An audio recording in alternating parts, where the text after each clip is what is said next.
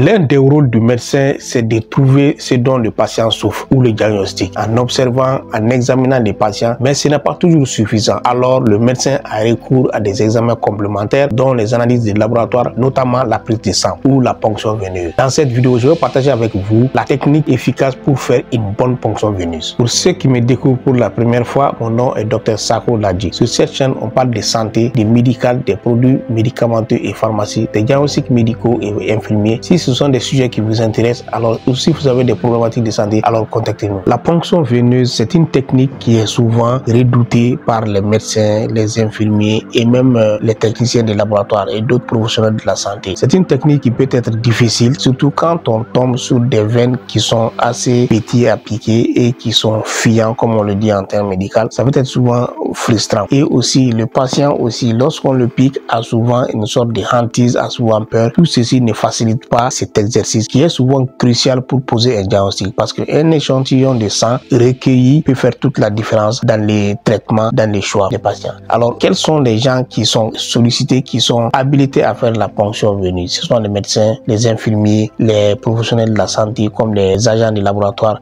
Et aussi, n'oublions pas que les gens qui s'injectent des produits toxiques, donc les toxicomanes aussi, font souvent des ponctions veineuses sur leur corps. Donc, avant même de commencer la ponction veineuse, il y a des choses qu'il faut, il y a les préalables qu'il faut mettre en place pour pouvoir le pratiquer. Quand on est un infirmier, alors on a d'abord besoin de ce qu'on appelle une requête, c'est-à-dire c'est une ordonnance. N'importe qui ne peut pas se lever pour faire une ponction veineuse. Il faut que ça soit, c'est comme un médicament, il faut que ce soit prescrit par un médecin qui a besoin de ces analyses-là. Alors le médecin fait une requête, il a besoin de telle et telle analyse, il donne à l'infirmier ou au technicien de laboratoire qui vont aller faire ce prélèvement-là et finalement analyser cet échantillon de sang. Donc ceci étant, la pratique même de la ponction veineuse, c'est souvent dû aussi au hasard. Il faut le dire, souvent on a des veines comme ça au hasard, mais il y a une grande connaissance là-dedans aussi. Donc ce qui veut dire que ça demande une très grande préparation au préalable. N'importe qui ne peut pas s'aventurer sur ce chemin, aller piquer quelqu'un. Il y a toute une démarche à faire. Dans cette vidéo, je vais vous partager toutes ces étapes que vous allez voir en image et vous serez capable d'être plus confiant, d'avoir une veine et finalement faire un prélèvement. Avant de commencer une ponction veineuse proprement dite, on a besoin d'une préparation rigoureuse. C'est-à-dire, on a besoin de rassembler tous les matériels. Croyez-moi, c'est une étape qui est très cruciale parce que j'ai failli faire l'expérience de ça. Souvent, j'y rentrais pour faire des prélèvements sanguins. J'oubliais un garrot. Quand tu es bien préparé, tu as déjà fait 80% du travail. Une mauvaise préparation, ça va te coûter cher, ça va te coûter en temps et ça va diminuer ta performance. J'ai failli payer le prix de ça. Parce qu'il y a des fois, j'ai rentré dans les chambres pour faire des prélèvements, j'oubliais mes garrots, j'oubliais mes seringues, j'oubliais mes tampons d'alcool.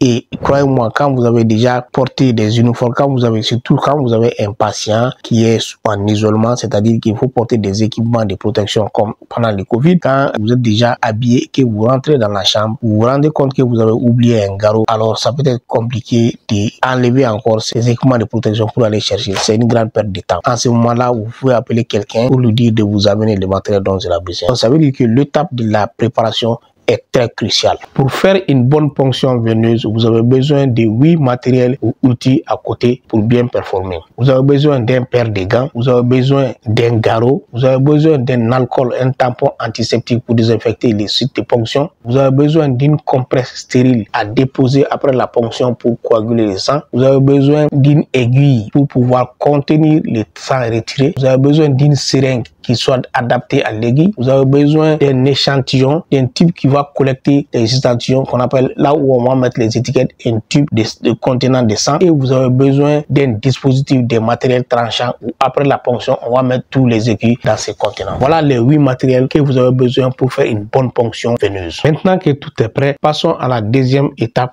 ce qui consiste à la préparation du patient. Ça consiste à mettre le patient à l'aise et à lui expliquer la procédure et avoir sa collaboration qui est très importante parce que personne n'aime se faire piquer. Donc l'idée même de se faire piquer va peut-être entraîner une petite anxiété et ce qui va encore rendre la tâche difficile. Des vaisseaux vont se contracter ou si le patient ne collabore pas, il peut retirer sa main lors de la prise de sang. Cela ne va pas faciliter la tâche non plus. Donc une fois qu'on a bien expliqué le procédure au patient et qu'on a sa collaboration, on va lui faire asseoir ou s'allonger, peu importe. L'idée c'est qu'il soit confortable. Ensuite, on va lui mettre sa paume vers le haut, son bras comme ça, on va mettre sa paume vers le haut pour pouvoir bien visualiser les veines. Et ensuite, on va attacher les garrots. Les garrots doivent être attachés entre 5 et 10 cm au-dessus de la ponction, du site de la ponction. Donc ça, c'est très important. On doit mettre les garrots à 5 à 10 cm au-dessus du site de la ponction. Après l'installation du garrot, la prochaine étape, c'est le repérage de la veine. La veine doit être visible et aussi palpable. Je parle de visible lorsqu'on voit la veine à l'œil nu, et la palpation de la veine, on vient vraiment le sentir avec le pouce pour savoir qu'il y a un gonflement, qu'il y a la veine.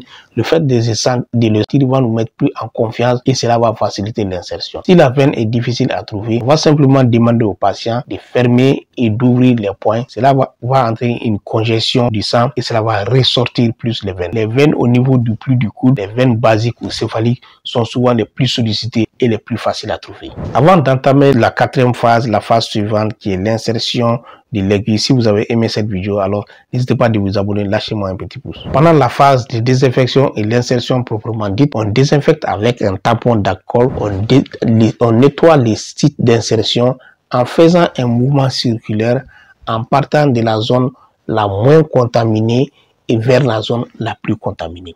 Et après, on attend que ça sèche, on enfile les gants. Une fois qu'on a mis les gants, on prend l'aiguille et on met les biseaux vers le haut. C'est très important de rabattre l'aiguille, de diminuer l'angle d'inclinaison de l'aiguille entre 15 et 30 degrés. Pourquoi? Parce que quand on met l'aiguille, l'angle de l'aiguille est très grande, comme 90 degrés, on risque de perforer la peau, la veine et même les muscles. C'est pour cela, comme la veine elle est superficielle, elle est à peu près au niveau égal que la peau, on rabat l'aiguille vers le bas en faisant un angle entre 15 et 30 degrés. Donc, cela va nous permettre, on va piquer doucement. Pourquoi piquer doucement? Parce que quand on pique d'une manière forte, on risque de perforer non seulement la peau, mais la veine. Et quand on perfore la veine, on n'est pas dans la veine. Donc, on risque de ne pas avoir assez de sang. Donc, c'est pour cela, quand on met l'aiguille dans un angle de 15 à 30 degrés, on va être sûr, l'aiguille est déjà pointue, on va être au niveau de la peau. Donc, une fois au niveau de la peau, on va sentir une petite résistance. Mais cette résistance, on ne va pas faire une force pour la traverser. De toute façon, l'aiguille, comme je viens de dire, est déjà tranchant.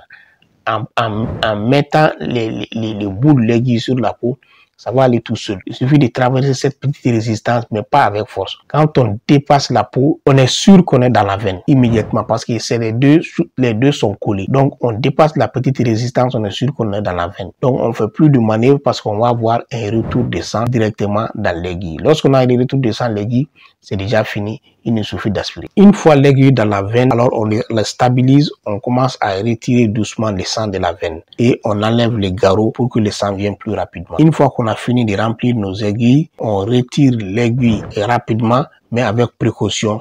Après, on applique les compresses pour favoriser la coagulation. Une fois qu'on applique la compresse sur le site de ponction, on va demander au patient d'appliquer ses propres doigts sur la partie ponctionnée sur la compresse pour faciliter la coagulation. Le but de cette manœuvre, c'est de nous donner assez de temps pour s'occuper de l'aiguille qui est déjà tranchant et qui est déjà dangereux et pour nous séparer de l'aiguille de manière sécuritaire dans un contenant tranchant. Dites-moi en commentaire vos expériences de prise de sang ou de ponction veineuse en tant que patient ou en tant que professionnel de la santé. Toujours, il est important de respecter les règles d'aseptie et de sécurité. Si vous avez trouvé cette vidéo utile et importante, alors n'hésitez pas à vous abonner. Prenez soin de vous et prenez soin des autres. À la prochaine vidéo.